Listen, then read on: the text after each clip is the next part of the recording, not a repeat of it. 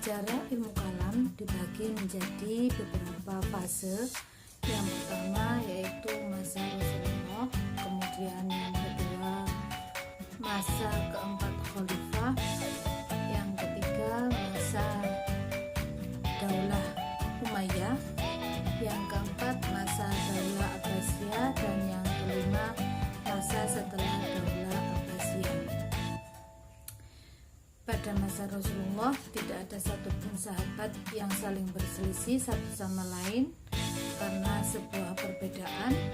Semuanya patuh dan tunduk terhadap perintah Rasulullah dan tidak ada yang berani membantah.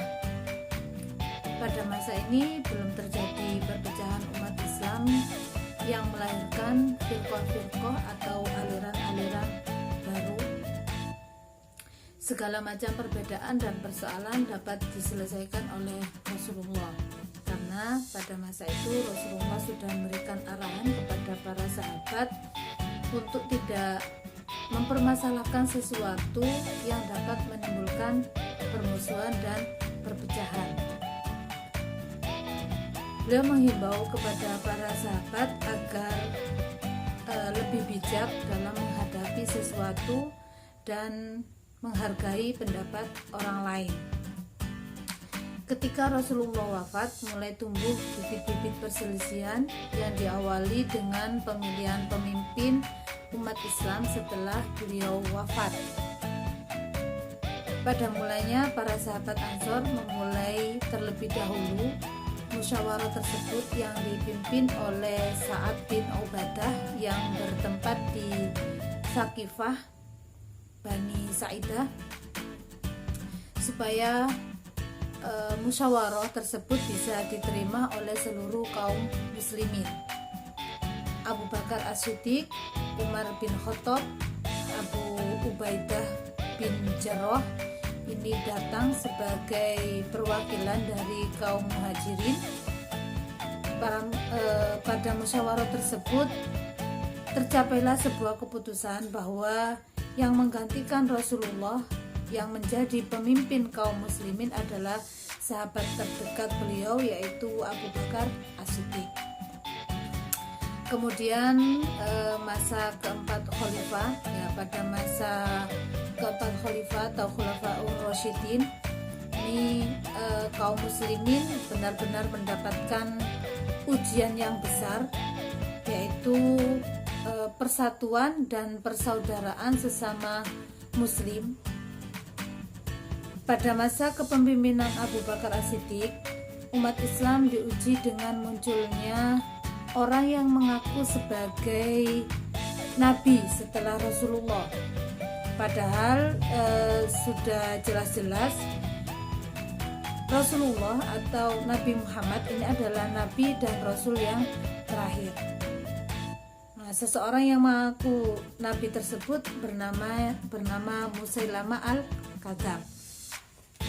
Nah, orang ini membawa ajaran baru namun bertentangan dengan syariat Islam.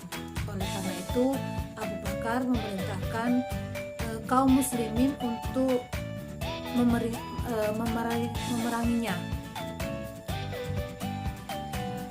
Pada masa Khalifah Umar bin Khattab ini tidak ada seorang pun yang berani berselisih dan menentang kepemimpinan Umar bin Khattab. Pada masa ini hampir tidak ada perpecahan antar sesama muslim, bahkan umat muslim bisa menguasai hampir sepertiga dunia. Kemudian pada masa Khalifah Utsman bin Affan ini terjadi perpecahan besar-besaran yang mengakibatkan terbunuhnya Khalifah Utsman di rumahnya sendiri. Perpecahan tersebut disebabkan oleh dua hal, yaitu meninggalnya Khalifah Umar bin Khattab yang dijuluki dengan gembok fitnah, dan perubahan yang dilakukan oleh Khalifah Utsman terhadap sistem pemerintahan kaum muslimin yang membuat kondisi politik tidak stabil. Peristiwa tersebut dinamakan dengan Al-Fitnah Al-Kubro atau fitnah besar. Kemudian pada masa Ali bin Abi Thalib, perpecahan di antara kaum muslimin semakin menjadi-jadi. Umat muslim terbagi menjadi 3 bagian antara kelompok Ali bin Abi Thalib, kemudian Aisyah dan Muawiyah bin Abu Sufyan. Kelompok-kelompok ini tidak menemukan cara untuk menyelesaikan permasalahan melalui musyawarah, sehingga akhirnya terjadi perang saudara di antara mereka yang dinamakan dengan Perang Jamal dan Perang Siffin. Perang Jamal adalah peperangan antara kelompok Ali bin Abi Thalib dengan kelompok Aisyah yang dapat diakhiri dengan perdamaian. Akan tetapi berbeda dengan Perang Siffin yang mempertemukan kelompok Ali bin Abi Thalib dengan kelompok Muawiyah bin Abu Sufyan. Peperangan tersebut diakhiri melalui perjanjian atau tahkim yang mengakibatkan kaum muslimin terpecah belah. Kemudian masa Daulah Umayyah.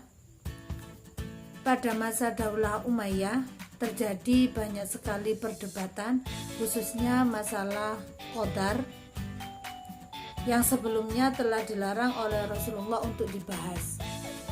Terlebih lagi masuknya pengaruh-pengaruh dari pemikiran barat. Mereka melalui orang-orang barat yang hendak memeluk Islam, ya, kondisi kaum muslimin pada masa itu sangat kacau. Mereka berpikir bahwa mereka bisa leluasa meningkatkan pemikiran akan sesuatu sehingga menyebabkan mereka tidak peduli dan meyakini apa yang dialami adalah takdir.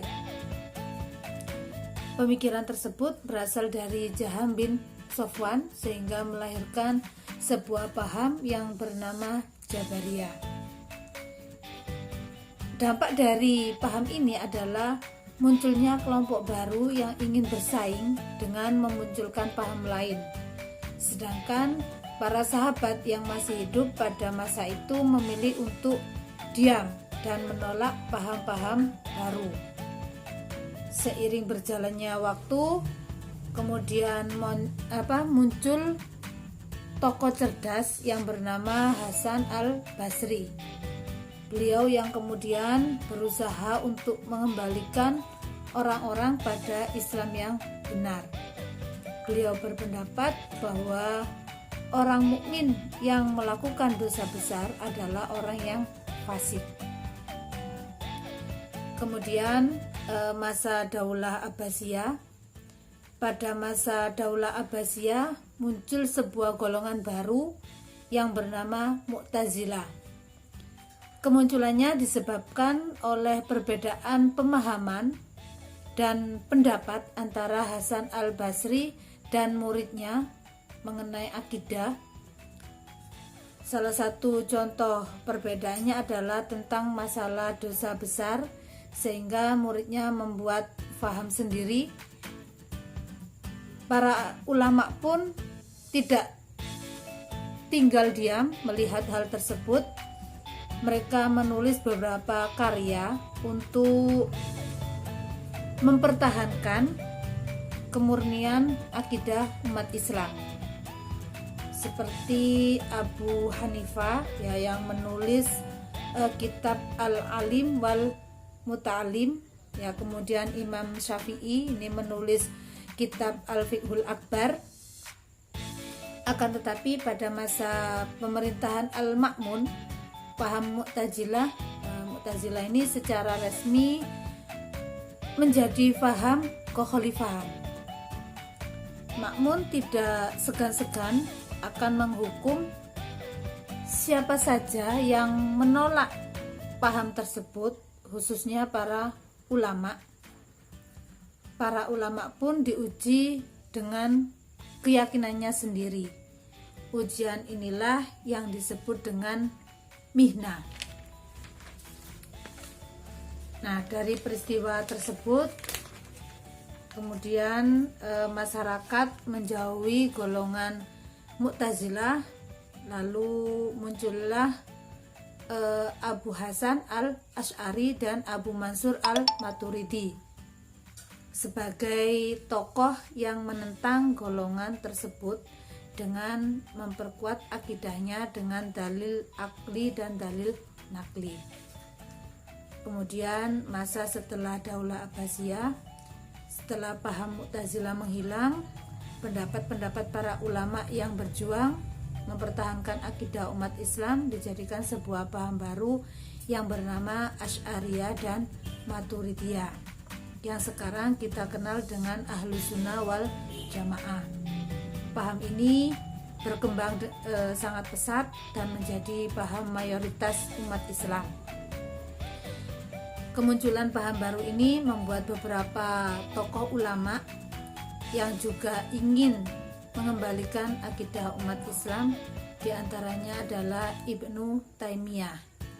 Ibnu Taimiyah memberikan pendapat-pendapatnya agar umat Islam kembali kepada pemahaman orang-orang soleh terdahulu. Pendapat-pendapat itu akhirnya menjadi paham kelompok yang dikenal dengan Salafi. Demikian untuk pembahasan kita kali ini. Saya akhiri. Assalamualaikum warahmatullahi wabarakatuh.